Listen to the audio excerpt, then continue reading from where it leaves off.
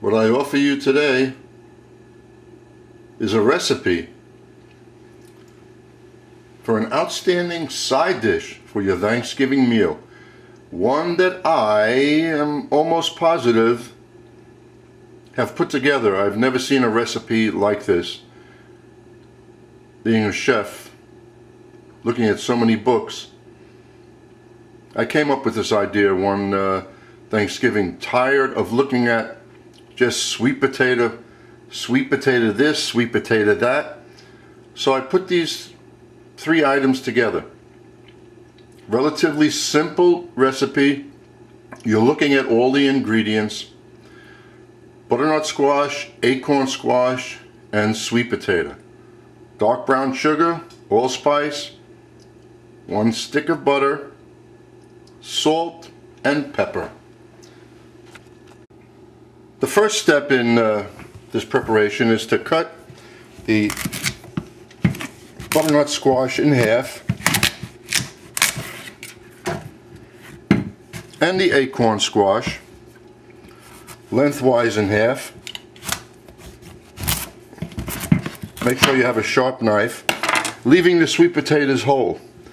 Now I've buttered this pan, aluminum foil, and buttered it so the items won't stick. The next step is to remove the seeds as best you can. And after removing the seeds, place the squash flesh down, and I've preheated the oven to 325. I will give you the timing on this after the items are finished. Now I like to keep the weight as about 33 1/3 of each item. That's 1.5 pounds of acorn squash. There's 1 3/4 pound of butternut squash, but there's not as good a yield on that. So that's about, they should all be about equal. And 1.5 pounds of sweet potato. And we're going to put this in the oven.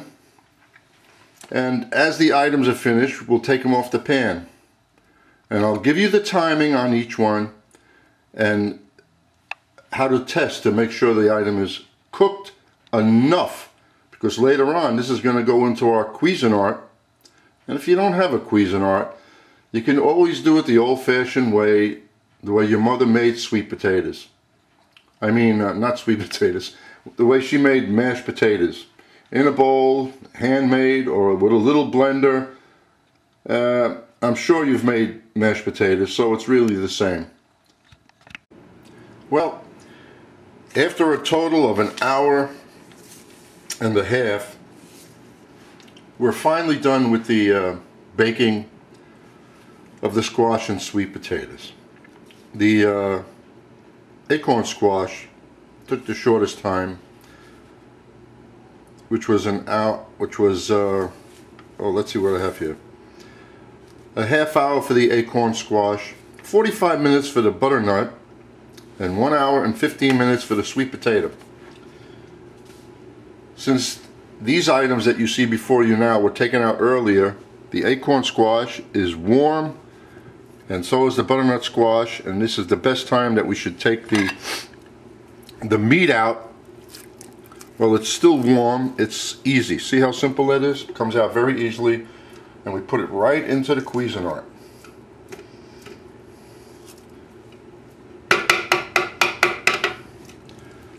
And the same thing with the butternut squash. The meat has to be soft. Look how simple that is. Now the sweet potatoes, just coming out of the oven, are extremely hot. We don't want to burn our hands, so the best thing to do is just cut them lengthwise in half and let them sit for about 10 minutes. Or as soon as you're able to handle it without burning yourself, we'll pick it up and finish putting all of that meat into the blender. Well, now that all the potato and squash is in the Cuisinart, we're going to add the rest of the seasonings. Being that the sweet potatoes, by their name, are sweet, we don't want to add a lot of brown sugar. So I'm just going to put in there a meager amount, one teaspoon. And also, since it is a sweet item, we don't need all that salt. So we're going to put 1/4 of a teaspoon of sea salt in there. And I always write it down. 1/4 teaspoon and 1/2 teaspoon of sugar. Now the allspice, we do want some flavor. I don't put cinnamon in this, I put allspice. We're going to start with 1/4 teaspoon of allspice. This is how I do all my recipes. I don't want to leave the seasoning up to you. Myself, as a chef, I know how much seasoning it takes to make a dish tasty. So I will season it for you, and you will have no question about how much to put in there. Most people are afraid to use the salt, pepper. These things are very important. They bring out the flavor. And we want the richness in here, so we'll just put that 1 stick of butter in there. After all this time it's been sitting out, it's fairly soft.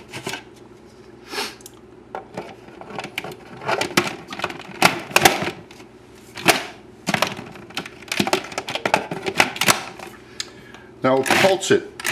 That's if you're using your Cuisinart. It tends to mix it, turn it a little bit more.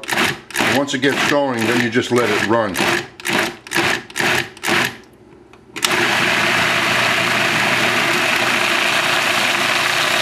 This item, the first time I made it for the family at Thanksgiving,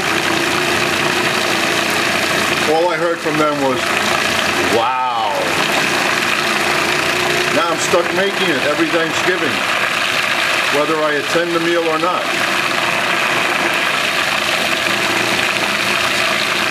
It's something that, if you make it, you will impress your family and friends. Let's look at the texture here. Look how smooth that is. Smooth, rich, and creamy. Except for one thing. We're going to add a little more salt.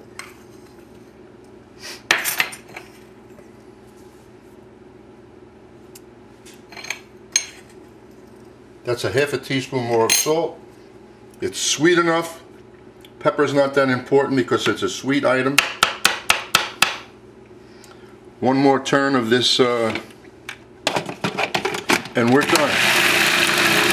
Was that not simple?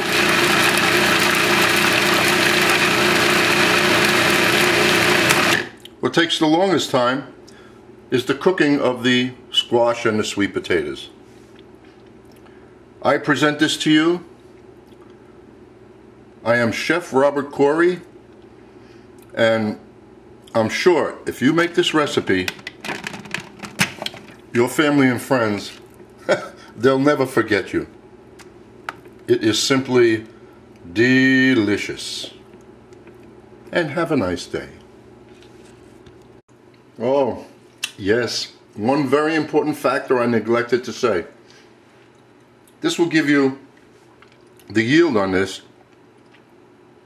If you had 8 hungry people at your table, they could take this item twice, and that's about it. So no one is going to just take it once and then pass the rest. They're going to take and a little bit more. So if you have leftover, just make plenty of this. You could always freeze it if you wanted to, but then you'll give it to people to take home after the meal. But that's what this will yield you. 8 heavy portion, and that's it. Thank you so much.